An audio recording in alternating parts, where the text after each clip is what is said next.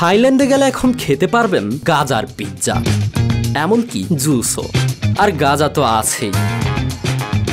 এশিয়ার প্রথম দেশ হিসেবে গাজা পুরোপুরি বৈধ করেছে থাইল্যান্ড।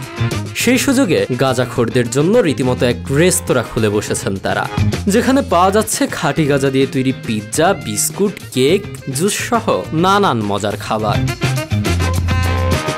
রেস্তোরাঁর মালিক নিকি নুডলস জানান, 1 মাস আগেও যে গাজার জন্য জেলে যেতে হতো, আজ সেটা সবাই প্রকাশ্যে করছে, খাচ্ছে, পান করছে। এটা দেখতে দারুণ লাগছে। সোশ্যাল মিডিয়ায় এখন থাইল্যান্ডকে যেভাবে দেখা হয় সেটা অভাবনীয় বলেও মন্তব্য করেন এই উদ্যোক্তা।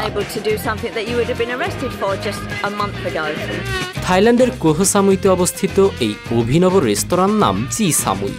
গাজা দিয়ে তৈরি খাবার হলেও আইন অনুযায়ী এসব খাবারে ব্যবহৃত কোনো হেম্প এক্সট্রাক্টে THC অর্থাৎ গাজার যে রাসায়নিক উপাদান মস্তিষ্কে প্রভাব ফেলে এবং নেশা লাগার অনুভূতি তৈরি করে, তার পরিমাণ 0.2% কম থাকতে হবে। অর্থাৎ গাজা দিয়ে তৈরি খাবার হলেও এই খাবার খেয়ে বা পান করে কেউ তেমন নেশাগ্রস্ত হবে না।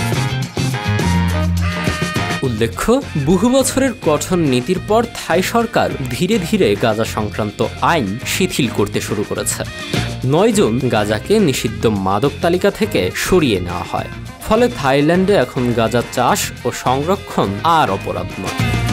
নতুন আইন অনুযায়ী 9 জুনের আগে কেউ যদি গাজা উৎপাদন, আমদানি, রপ্তানি, ভোগ বা বিক্রিও করে থাকে, তাকেও আর অপরাধী হিসেবে ধরা হবে না। এই সিদ্ধান্তের মাধ্যমে থাইল্যান্ড হয়ে উঠেছে এশিয়ার প্রথম দেশ যেখানে গাজা বৈধভাবে গ্রহণযোগ্য হয়েছে।